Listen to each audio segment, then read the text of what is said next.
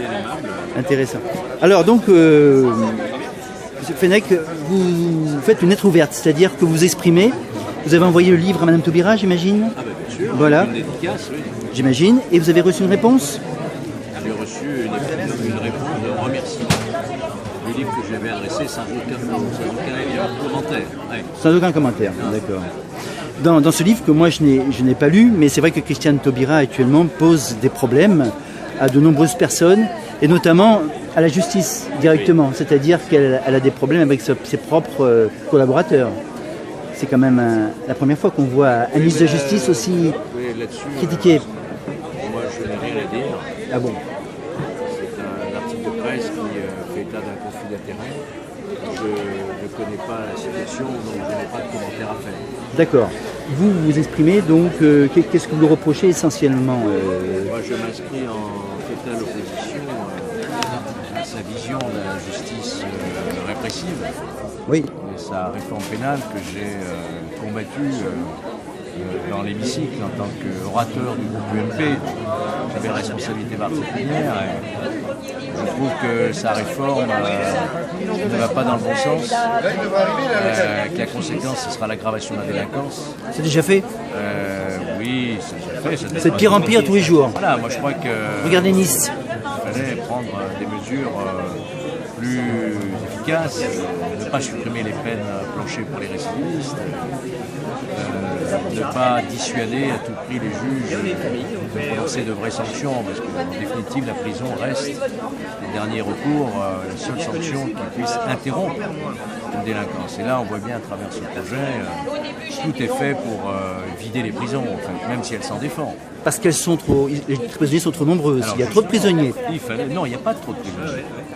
Quand on regarde les statistiques européennes, en France, on incarcère moins qu'ailleurs, dans les autres pays en Europe. Mais par contre, il y a un sous-équipement pénitentiaire. Il manque des places, cruellement, des places de prison. Il fallait les construire, ces 20 000 places manquantes. Aujourd'hui, on a 100 000 peines qui ne sont pas exécutées à cause de cela. Donc, elle a fait le choix de ne pas construire de prison, de tout mettre en œuvre pour éviter d'incarcérer et de libérer au plus vite. C'est pas le bon choix parce que, finalement, la paix sociale, c'est essentiel et qu'il faut préserver la sécurité des Français. Tout à fait. Alors que va faire la droite justement pour contrer cette loi? Vous savez, Mme Taubira appartient à la majorité, ils ont la majorité, ils ont voté ce texte de l'Assemblée nationale, qui est actuellement en examen du Sénat, et le texte sera voté. Maintenant, je prépare un recours constitutionnel, parce que j'estime que dans cette loi, il y a beaucoup de violations des règles et des principes généraux. De quel article, notamment, de la Constitution?